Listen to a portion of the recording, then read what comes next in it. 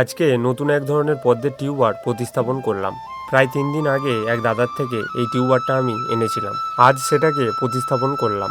এটা কিন্তু কোনো বিদেশি ভ্যারাইটি নয়, এটা ইন্ডিয়ান পিঙ্ক লোটাস। তোমাদেরকে দেখিয়েছি যে পদ্ধতিতে পদ্মের টিউবার প্রতিস্থাপন করতে হয়, ঠিক ওই একই পদ্ধতিতে কিন্তু আমি এই পদ্মের টিউবারটাও বসিয়েছি।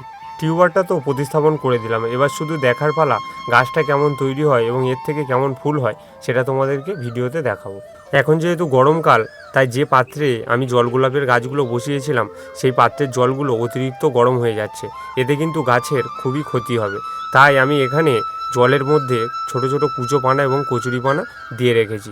তোমরা কিন্তু এই পানা দিয়ে রাখতে পারো। এই পানাগুলো দিলে পাত্রের জলটা কিন্তু অতিরিক্ত গরম হবে না, ফলে গাছগুলো কিন্তু খুবই ভালো থাকবে। আমি তোমাদেরকে দেখিয়েছিলাম যে চন্দ্রমল্লিকার মাদার গাছকে কিভাবে কাটিং করে রাখলে তার থেকে পরবর্তীকালে চারা তৈরি করতে পারবো। এই মাদার গাছটা কিন্তু আমি কাটিং করে রেখে দিয়েছিলাম, আর আজকে দেখো এখান থেকে কতগুলো শাখার বের হয়েছে। আর এই শাখারগুলো কাটিং করে বসালেই কিন্তু আমি নতুন চারা পেয়ে যাব। তো বন্ধুরা, আজকের মতো এইটুকুই। দেখা হচ্ছে পরবর্তী কোনো এক ভিডিওতে।